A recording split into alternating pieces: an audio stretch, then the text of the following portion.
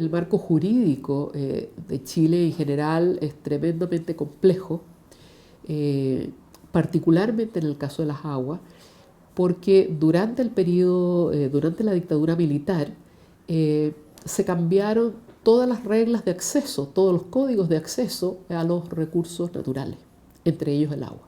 En gran parte de los territorios de la zona norte, centro y sur del país hay comunidades que no tienen agua, y eso es producto de la mercantilización y la sobreexplotación extrema que han tenido nuestros bienes comunes básicos como es el agua. Entonces, la pregunta que nos hacemos nosotros, ¿existe racionalidad en la administración del agua en Chile? Y eso es producto de este sistema o de este modelo de gestión del agua que es absolutamente privatizado. El acceso al agua es una cuestión muy importante, es una cuestión que define el desarrollo y la vida de las personas.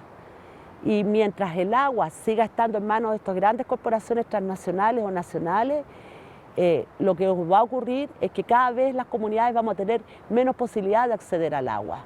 Y esa es mi gran motivación para luchar en contra del Alto Maipo. Es más importante el tema económico y la generación de energía, porque ese es el discurso, a una realidad, de una tradición, de un rescate patrimonial. Chile, y por este cajón se cruzaba antiguamente Argentina. Cruzó el Ejército Libertador, Manuel Rodríguez, Bernardo Higgins. De hecho, por eso nace el cajón del Maipo.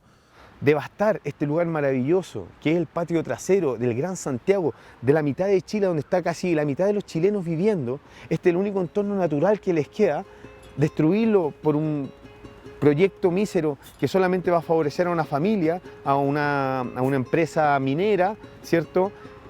Es barbárico.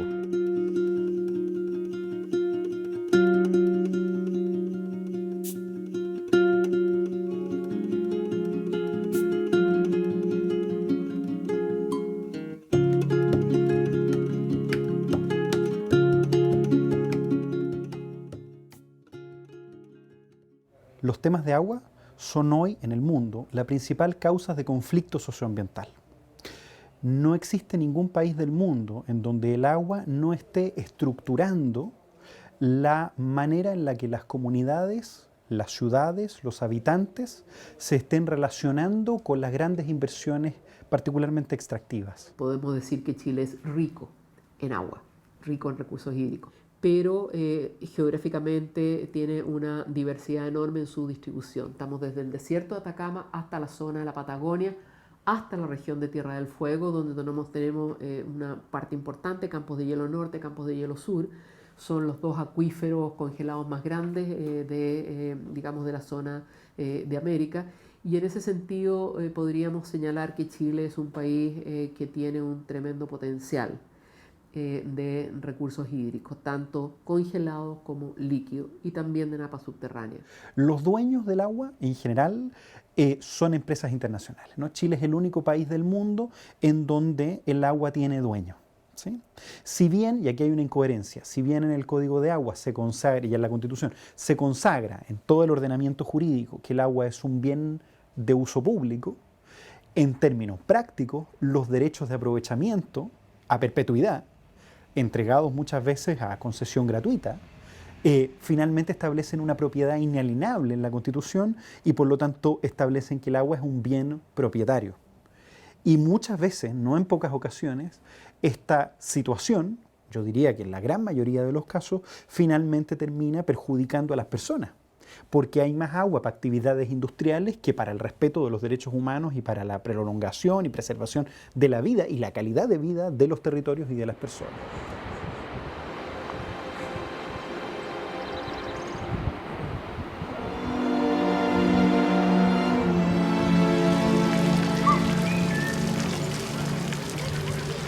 La dictadura militar fue una dictadura no solamente militar, fue cívico-militar.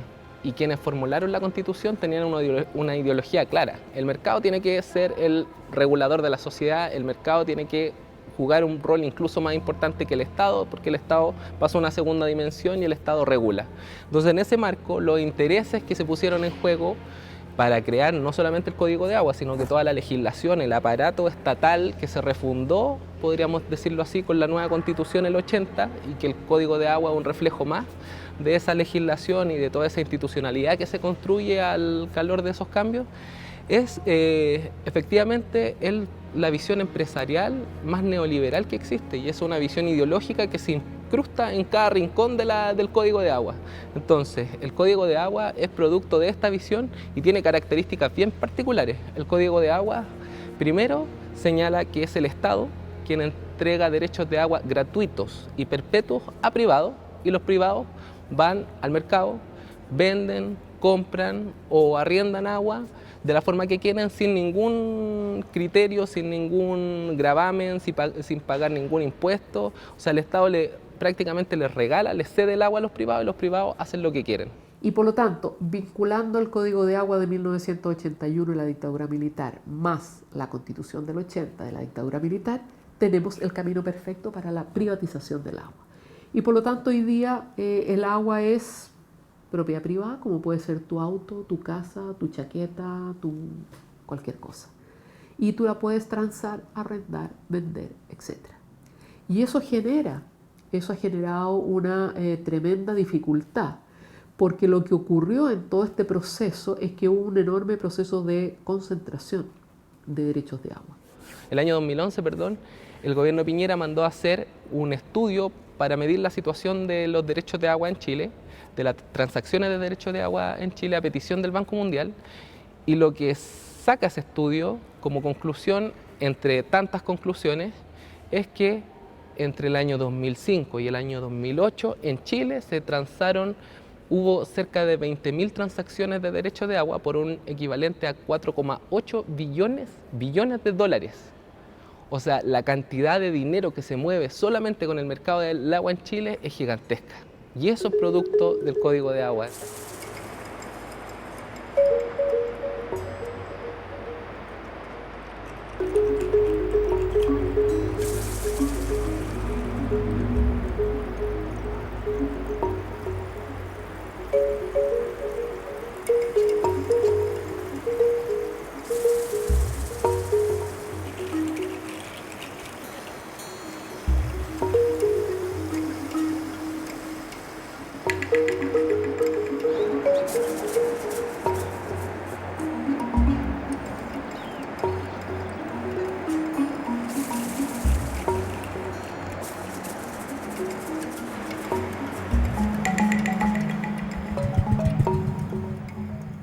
Soy Marcela Mella Ortiz, soy la vocera y la presidenta de la Coordinadora Ciudadana Ríos del Maipo, que es la organización que hace 8 años viene oponiéndose al proyecto hidroeléctrico Alto Maipo.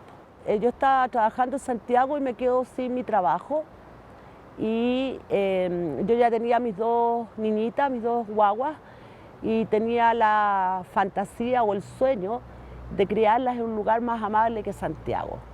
Y a propósito de mis visitas al Cajón y de conocer gente, una amiga me invitó a trabajar con ella acá, a esta comuna, y fue súper privilegiada porque pude cumplir un sueño, que era criar a mis 2 niñitas en un lugar mucho más amable y mucho más parecido al lugar donde yo crecí. Ellas en ese momento tenían 3 y 4 años cuando llegamos a vivir al Cajón. Y ha sido de las mejores decisiones que he tomado en mi vida, yo creo.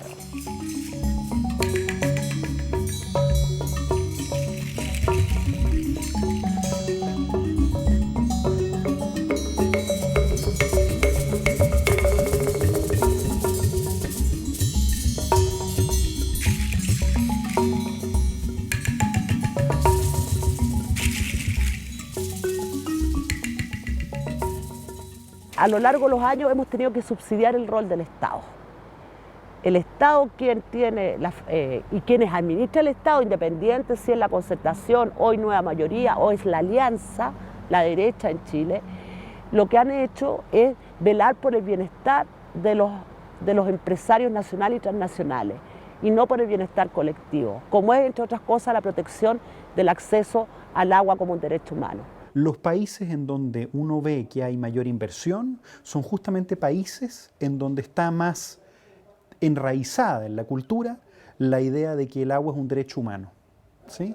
Si el agua es un derecho humano, uno ve esto reflejado en decisiones de política pública, en inversión y en la forma en la que se están incentivando y desincentivando proyectos de inversión. Si el proyecto de inversión tiene un componente sustentable de cuidado del agua para garantizar la disponibilidad de las personas, si hay un esquema sustentable basado en justicia social, entonces se refleja en el cuidado del agua. Y lo primero es la pérdida de soberanía sobre el bien común más esencial para la vida de cualquier país. Hoy día Chile no tiene soberanía sobre el bien común más estratégico para no solamente la vida de las personas, sino que también para la vida de los ecosistemas, para la vida de la sociedad, para las actividades productivas. Chile no tiene soberanía, el Estado chileno no tiene soberanía sobre sus aguas.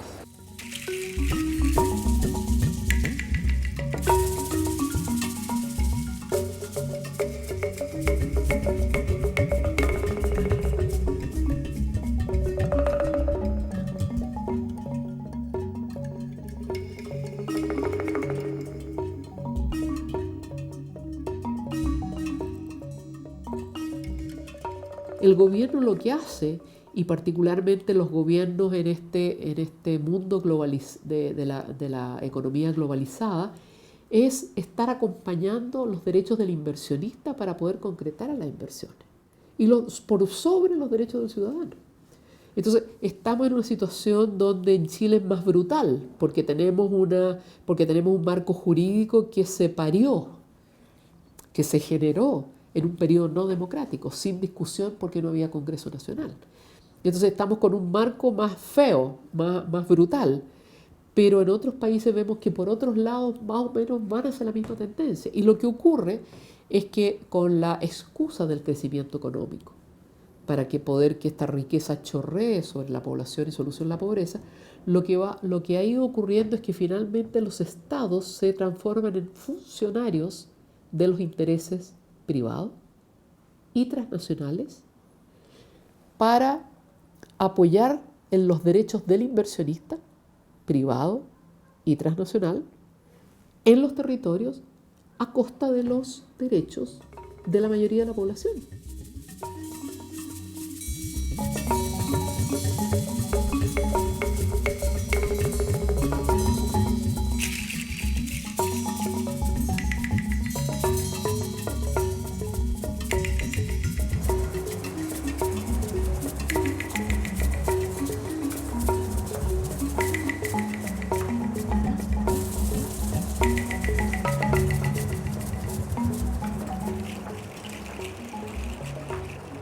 La tramitación ambiental de Alto Maipo comenzó el año 2007 y en ese momento una copia del estudio de impacto ambiental llega al municipio de nuestra comuna. El municipio de nuestra comuna es un municipio pobre en recursos económicos y en recursos profesionales. Y el alcalde de ese momento le pide a la comunidad del Colegio Andino, donde están, actualmente es el colegio donde están mis niñitas, colaboración para revisar el estudio de impacto ambiental. Afortunadamente dentro de nuestra comunidad hay muchos profesionales vinculados a las distintas áreas del impacto del proyecto Alto Maipo, y es así con una incluso revisión preliminar de este tremendo estudio de impacto ambiental, un gigante estudio de impacto ambiental. Claramente vamos vislumbrando cuáles serían los daños no solamente para nuestra comuna, sino también para el desarrollo de la capital de Chile.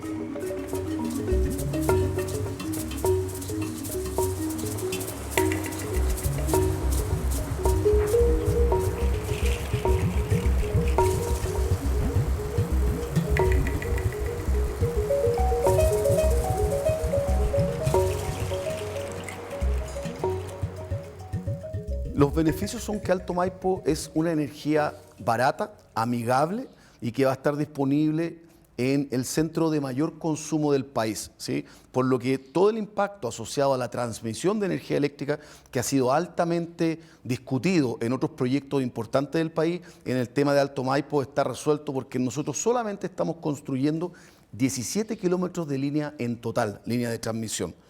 Es energía nueva que viene a reemplazar a otros tipos de generación que no son tan amigables con el medio ambiente ni en costo, como son otro tipo de centrales distintos a centrales hidroeléctricas de pasada, como es el proyecto Alto Maipo. Pudimos darnos cuenta con mucha rapidez que no eran primero centrales de paso como AES-Gener engañosamente ha publicitado, y segundo, que el impacto de la construcción de este túnel gigante de 70 kilómetros donde ellos van a represar el agua de los 3 ríos más importantes que alimentan al río Maipo, se constituía como una grave amenaza no solamente para el medio ambiente o el hábitat de ciertas flora o fauna que es propia del Cajón, sino que también para el desarrollo de las personas.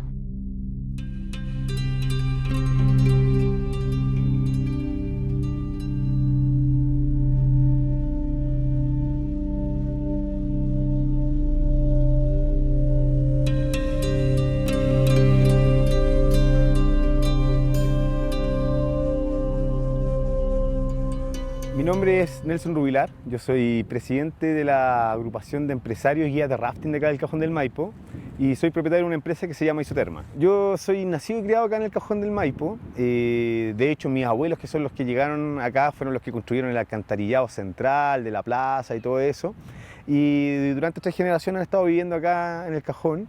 Y claro, yo he vivido y he tenido la suerte de poder disfrutar lo que es esta vida de montaña, esta vida de pueblo, una vida muy apaciva, donde todos nos conocemos, todos sabemos quién es el del frente, donde las personas acá se pueden mirar a los ojos cuando van caminando, donde tú caminas todavía y puedes ir saludando a todo el mundo.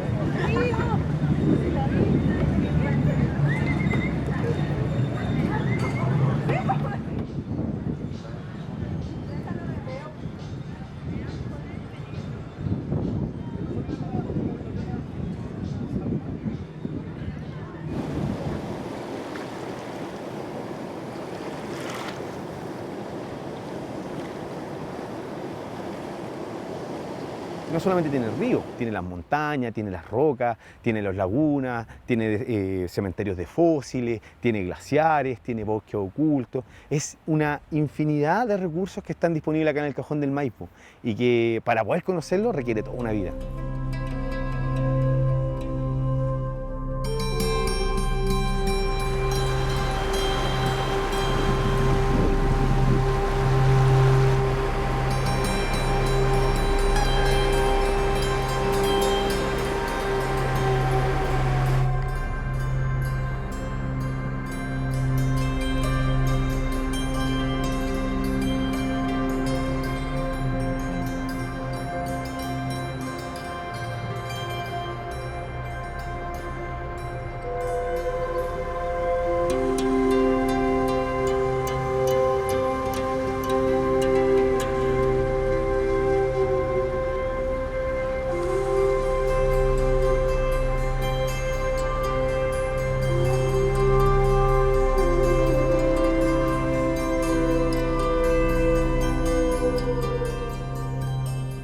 Nosotros como una falacia el hecho de que una empresa, una multinacional tan grande como AES-Gener llegue a este pueblo dividiendo a su comunidad, ofreciéndole supuestamente muy buenos trabajos y mucho dinero, y en realidad los que estamos produciendo el dinero y estamos produciendo el trabajo somos nosotros, los mismos locales, los empresarios de acá, de la zona.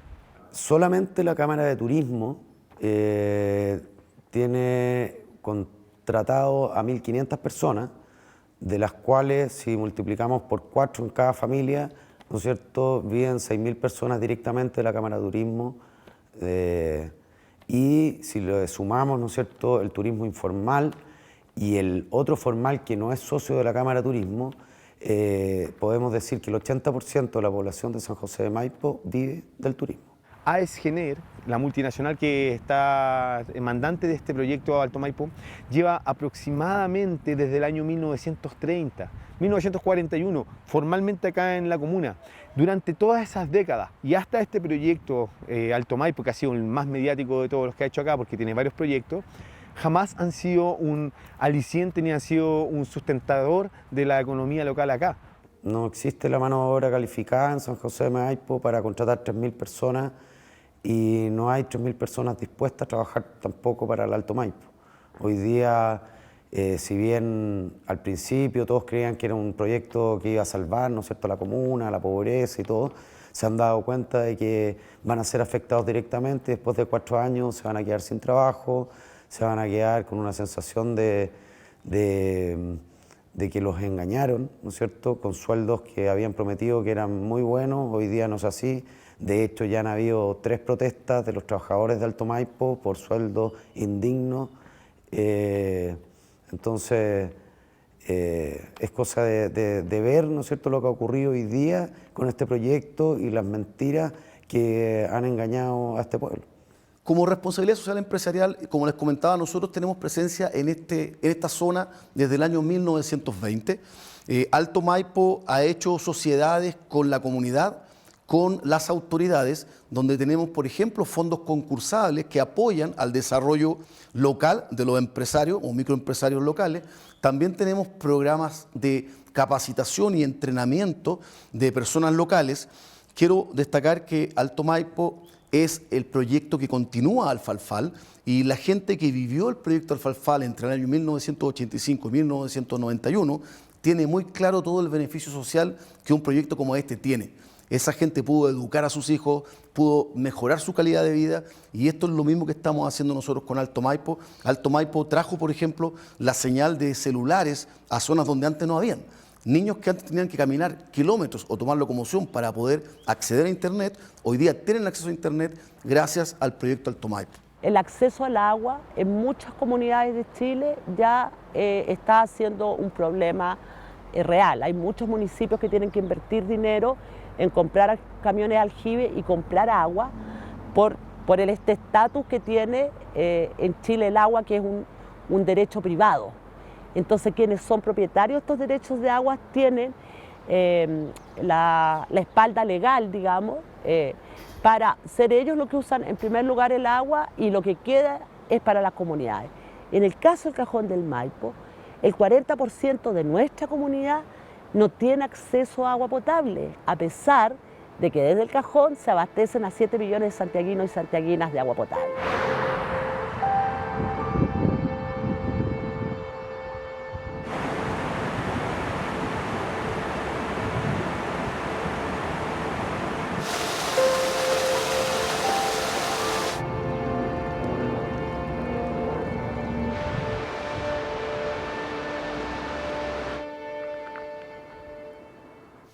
El tema de los glaciares es sumamente importante para nosotros, es una de nuestras prioridades.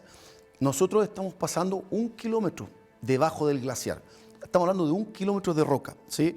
En todos los análisis que se hicieron, se demostró fehacientemente que la vibración de nuestro método de excavación de ninguna manera va a impactar un glaciar. Más aún, los eventos sísmicos que hay normalmente en Chile son por muchas veces mucho más fuerte que lo que nosotros estamos haciendo con nuestro proceso de excavación. Por lo tanto, estamos sumamente tranquilos de que no va a haber ninguna afectación a los glaciares, pero además de eso, nosotros estamos implementando métodos predictivos sintomáticos para poder monitorear que ningún glaciar va a ser afectado por el proyecto Alto Maipo. El proyecto Maipo no agrega ni reduce en absoluto el agua disponible en los ríos. Lo que hace es simplemente captarla, utilizarla y devolverla al río más abajo. No modifica la situación de los glaciares para nada.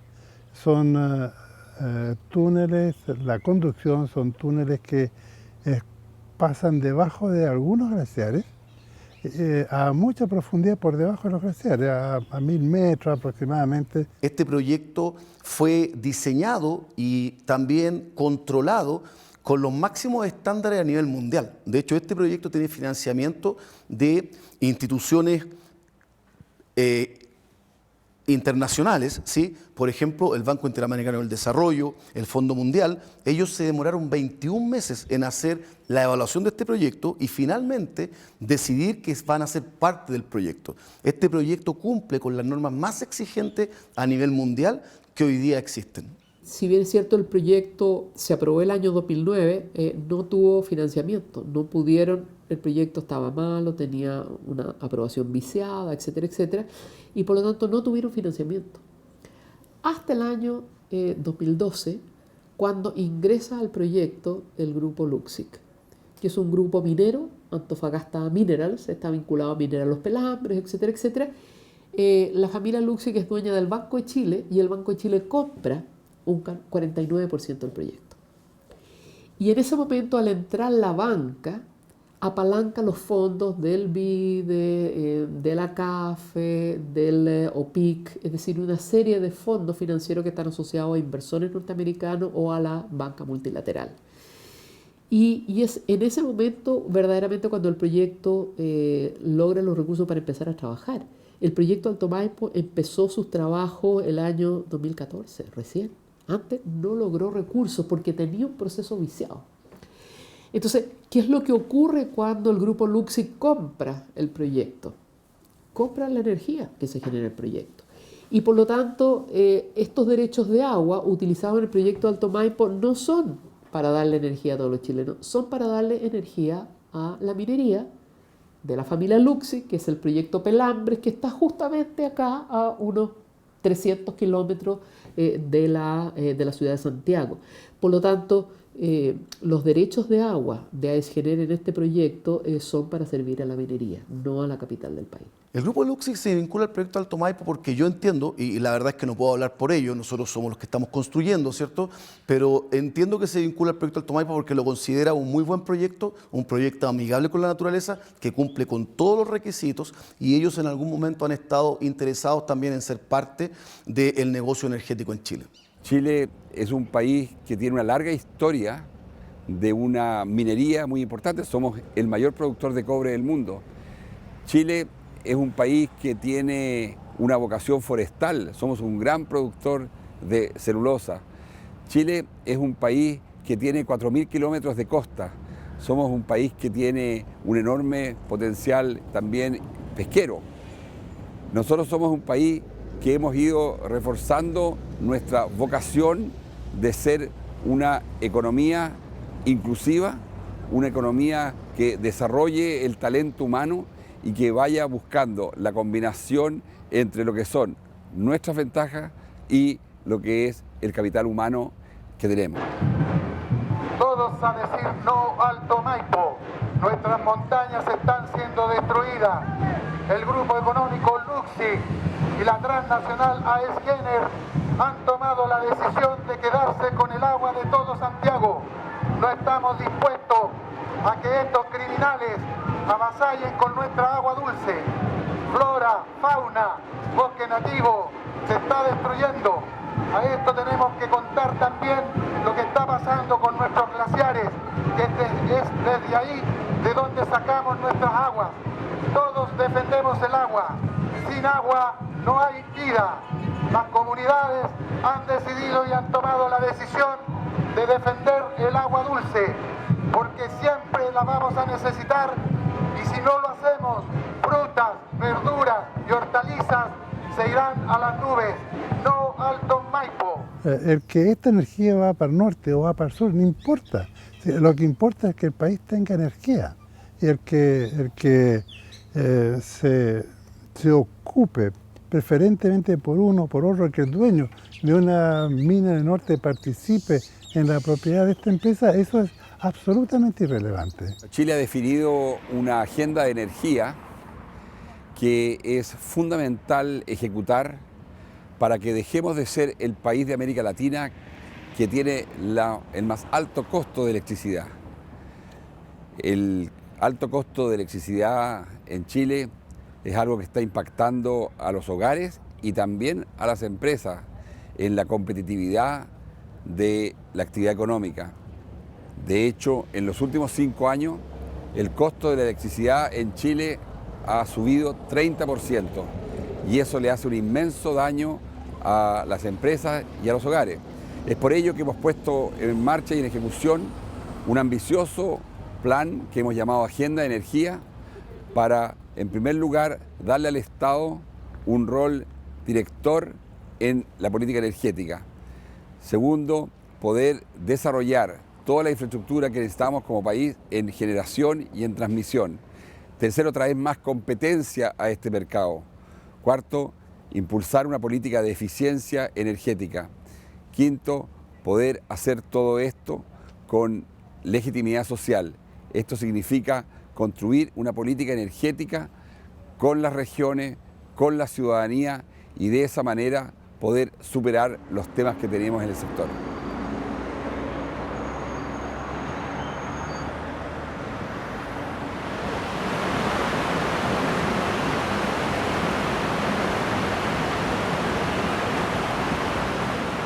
En Chile aún no tenemos una legislación que proteja a los glaciares y lo único que se protege es los que están en bienes nacionales y esta mancha blanca que se ve.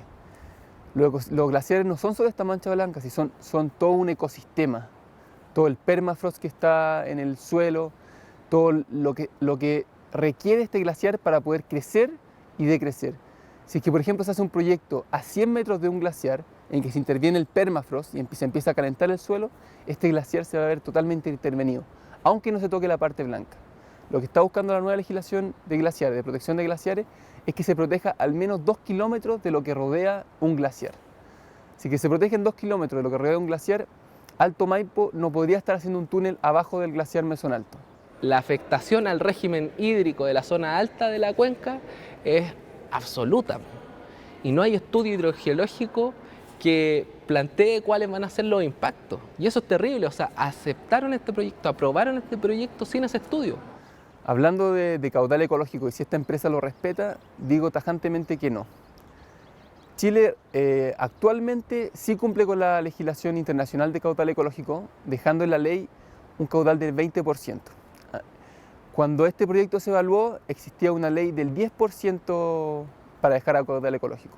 Lo que hizo esta empresa, que fue muy inteligente, es tomar registros de agua de hace 50 años atrás, cuando los ríos del Cajón del Maipo tenían mucho más agua. Entonces ellos, y además tienen los derechos de agua, compraron los derechos de agua para poder extraer el agua que dejan el 10%, pero de esos caudales de hace 50 años. Actualmente con los caudales que hay, que el Maipo ha bajado en un 30 o un 40%, si ellos sacan los caudales que dicen que van a sacar, todos los ríos que intervienen, el Volcán, el Yeso y el Colorado, quedan con un caudal mucho menor al 10%. Entonces no cumplen ni con la legislación antigua del 10% ni tampoco con la actual del 20%. El proyecto Alto Maipo cuenta con una tramitación ambiental que se inició el año 2008, concluye el año 2009 con una resolución de calificación ambiental favorable otorgada por la Comisión Regional del Medio Ambiente de esa época. En ese entonces la institucionalidad ambiental estaba conformada por la CONAMA y en el marco de esa evaluación este titular somete un proyecto como un estudio de impacto ambiental proponiendo las medidas para hacerse cargo de los impactos que él identifica y se desarrollan durante el proceso de evaluación de impacto ambiental. En cuanto a modificaciones del proyecto, formalmente nosotros no tenemos calificadas modificaciones de este proyecto, salvo 2 consultas de pertinencia que este titular ha presentado, una que ya se encuentra resuelta en torno a el plan de compensación de emisiones y otra que actualmente está en análisis. No hay ninguna respuesta responsable políticamente frente a la intervención de una cuenca que hoy día implica tomar el agua de los ríos en las cabeceras de cuenca, meterlo a un túnel privado, dejando el río sin agua y el túnel privado lleno de agua, para devolver esa agua al ingreso de Santiago, pero generando un proceso de desertificación completo en la cuenca del Maipo, que es un área aproximada de unas 100.000 hectáreas, que obviamente tiene relación con el comportamiento de los glaciares, el comportamiento del clima, la ventilación de la ciudad de Santiago, y por lo tanto tú estás generando una disrupción de todo el funcionamiento de los sistemas biofísicos que mantienen este ecosistema que provee agua para Santiago. Nosotros hemos dicho al gobierno, mire, si usted vive de una vaca y la vaca usted la enferma o no la cuida, usted no va a tomar leche. O sea, una vaca que está enferma no le va a dar leche. Y eso es lo que estamos haciendo, lo que está haciendo la autoridad al aprobar un proyecto privado, que significa una mega intervención donde se toman las aguas del río Volcán, se meten en un túnel, se unen con las aguas del río Yeso, se meten en un túnel, con el río Colorado, se meten en otro túnel, dejan 70 kilómetros del río Maipo prácticamente sin agua y vienen a devolver esas aguas aquí a la entrada de Santiago, generando una destrucción total de aquel ecosistema que permite que este río funcione y provea estos servicios. Por lo tanto, es pan para hoy y hambre para mañana. El proyecto hidroeléctrico Alto Maipo afectaría cerca de 120.000 hectáreas de riego agrícola, de pequeños agricultores que surten de alimentos a la región metropolitana. ¿Y qué pasa con la soberanía alimentaria de la región metropolitana o de esos pequeños agricultores? ¿Qué pasa cuando la provisión de alimentos de una región termina dependiendo de las importaciones? O termina dependiendo de kilómetros y kilómetros, de cientos o de miles de kilómetros de transporte para abastecer de alimentos a su población.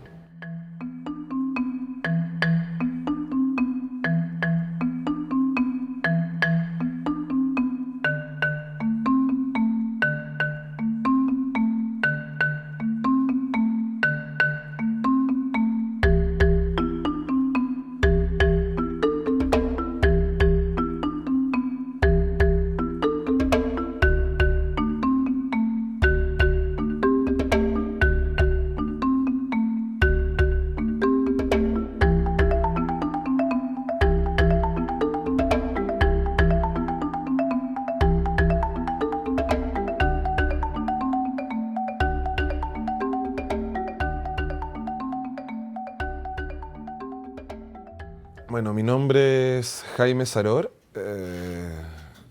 presidente de la primera Corporación de Turismo Ecuestre de Chile y bueno, la primera también obviamente del destino Cajón del Maipo, denominada Los Arrieros del Cajón del Maipo. Hace un par de años atrás, a nivel del gobierno de turno, se decreta que el Cajón del Maipo iba a ser un plan piloto de desarrollo turístico sustentable. Bajo esa lógica, obviamente dije, bueno, tengo a mi familia, mis hijas viven por acá, qué bueno que poder aportar al desarrollo del turismo acá.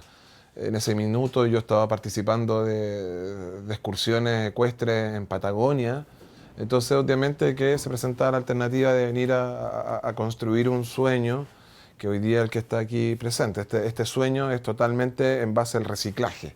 El Cajón del Maipo es una zona que está protegida. Es una zona libre de caza, es una zona de interés científico para efectos mineros, es una zona de interés turístico, está declarada como destino sustentable a nivel nacional junto con Rapa Nui y con el lago Yanquihue. Además hay 4 sitios prioritarios de la naturaleza que se establecieron por la Estrategia Nacional de Conservación de la Naturaleza. Hay 2 santuarios de la naturaleza y además está el Monumento Natural del Morado.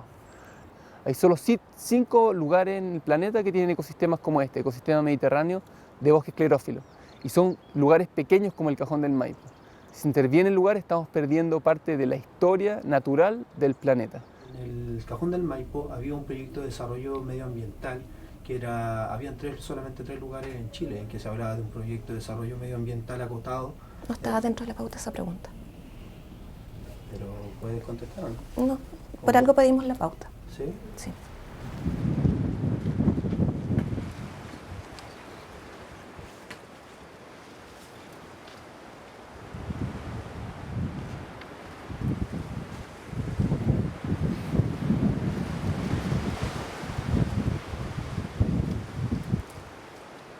Bueno, yo veo que estas industrias, digamos, de los distintos mercados, forestal, minero, agrícola, en fin, han hecho mucho lobby, ¿no? Y sobre todo el energético, ¿para qué decir? Han hecho mucho lobby al poder político, de tal manera que han ido dejando de lado, digamos, las prioridades de los propios ciudadanos. Y si el consumo o el acceso al agua es una prioridad de los ciudadanos, no resulta ser eso para las élites empresariales, que están más preocupadas de la inversión y de que el país les garantice, por ejemplo, energía. Y que a mí me parece razonable. Lo que pasa es que hay que combinar las dos cosas, y creo que en eso la institucionalidad chilena no ha sido capaz de combinar las dos cosas. Un ejemplo claro es el tema de la institucionalidad ambiental. Cómo las comunidades han tenido que organizarse frente a una ley ambiental que es bastante débil para frenar los proyectos mineros o los proyectos energéticos que los afectan directamente. Le hemos dado el apoyo a todos los proyectos que en Chile cumplen con la legislación ambiental. Nosotros tenemos una institucionalidad ambiental y por lo tanto como Estado nos preocupamos en primer lugar que los proyectos cumplan con esa legislación.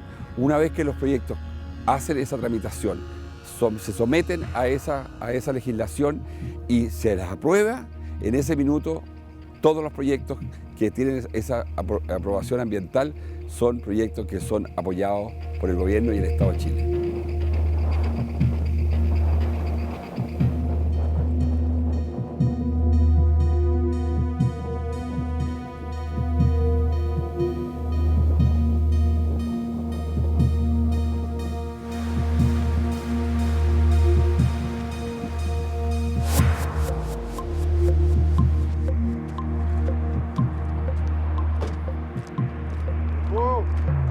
Está el caso de Caimanes, por ejemplo, en el norte, en la cuarta región, en donde una empresa minera fue capaz de acabar completamente con el río y por tanto acabar con la comunidad, con el pueblo de Caimanes en términos de su acceso al agua. Simplemente les cortaron el agua y lo hicieron porque tiene la gran minería, pone sus relaves justamente en el lugar en donde pasaba el río que abastecía a esa comunidad.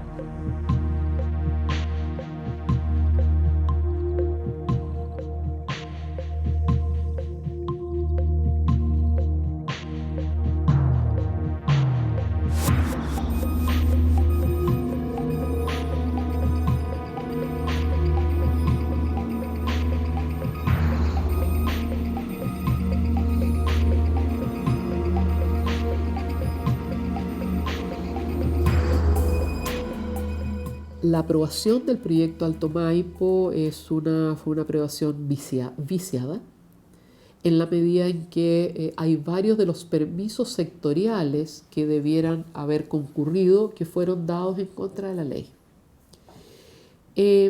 Esto fue investigado obviamente por las organizaciones no gubernamentales, por Chile Sustentable, que represento, por la coordinadora ciudadana Ríos del Maipo, en la cual también participamos. No obstante, logramos que se estableciera una comisión investigadora en la Cámara de Diputados.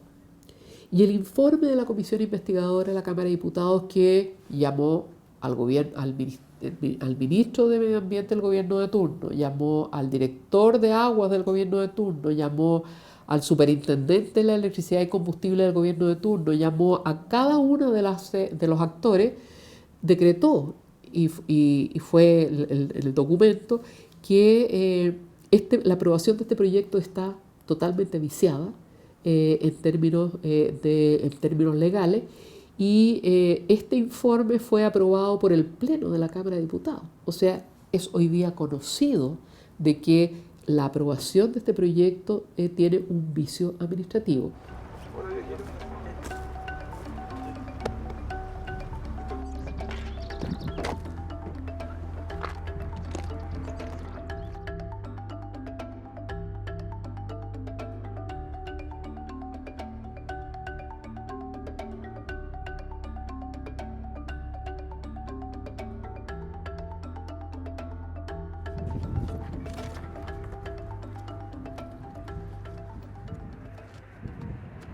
Hoy día el tema de llevar los animales a veranada es difícil.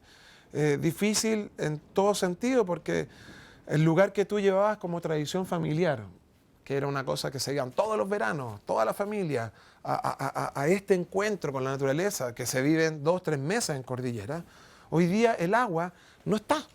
Al no haber agua, no hay pastoreo. Y al no haber pastoreo, ¿qué haces? Tienes que vender los animales. Es un ciclo.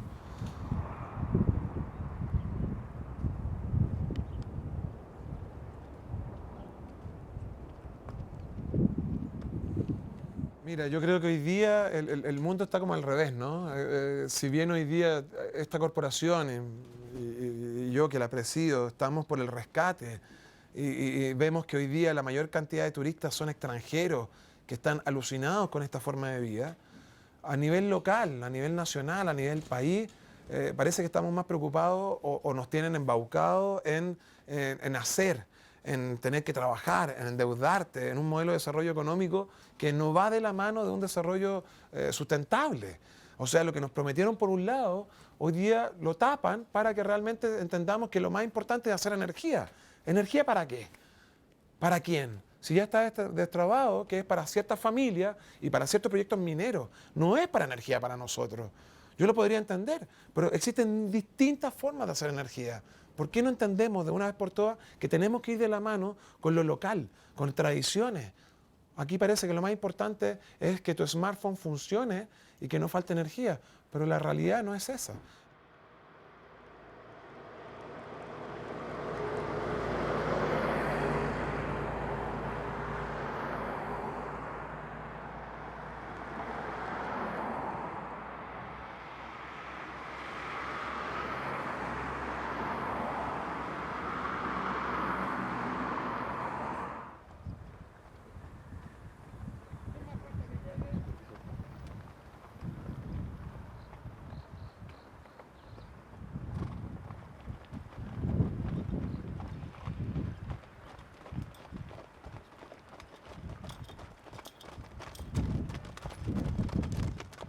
Quien necesita energía en Chile en este momento no somos las personas.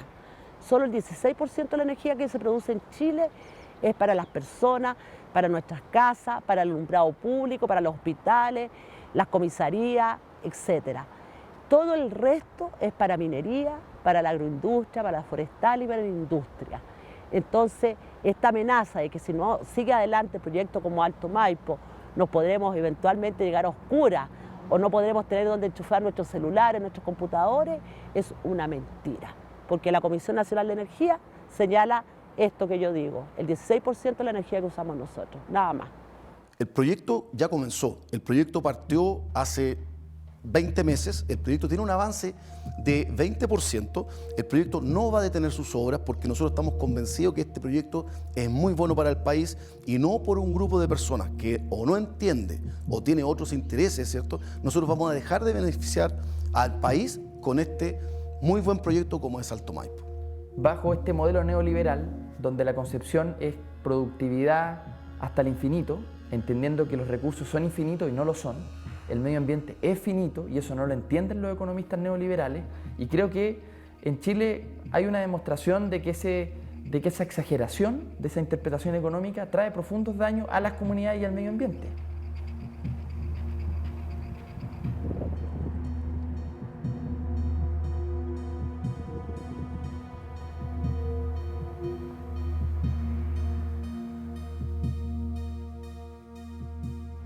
Alto Maipo es el símbolo de la corrupción y el tráfico de influencia en Chile para estas iniciativas energéticas o agroindustriales o forestales, etc. Aquí hubo tráfico de influencia, aquí hay conflicto de interés, hubo un lobby feroz desde parte de las consultoras del proyecto Alto Maipo hacia las autoridades del primer gobierno Bachelet que les tocó evaluar el proyecto. El proyecto, yo tengo claridad de que con la venia del Estado y antes de que termine este gobierno va a salir. ¿A qué costo? Lo van a hacer sí o sí. Pero tendremos que esperar varios años para darnos cuenta de que lo que decíamos en esta época realmente no fue una buena decisión. Yo siempre planteo que ¿qué va a pasar de aquí a 10 años más con los hombres y las mujeres de cordillera? ¿Seguirán existiendo? ¿Tendremos realmente un desarrollo del turismo ecuestre por hombres que estén en la cordillera llevando turistas para que realmente vean y aprecien este paisaje? ¿O tendremos que convivir con camionetas, atropellos, faltas de respeto, degradación a la gente que realmente vive de esta forma?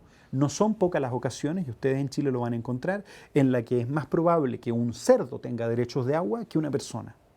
O en la que un árbol frutal, para la fruta que muchas veces se exporta al mundo, de la cerca para allá, la manzana, la naranja está brillosita y la persona que vive del lado de acá tiene que bancarse el lecho de un río seco y agua en camiones aljibe que llega de muy mala calidad, dependiendo siempre de los servicios municipales, encareciendo los costos para las personas que viven ahí y por supuesto para la infraestructura local que tiene que hacerse cargo de la provisión de un bien que en términos prácticos existe, pero solo para algunos, no para todos. En Chile, en el caso del agua, particularmente los conflictos del agua, es muy claro y es muy pedagógico ver que aquí hay una confrontación estructural entre una sociedad que no quiere seguir siendo abusada y un Estado que no respeta estos derechos.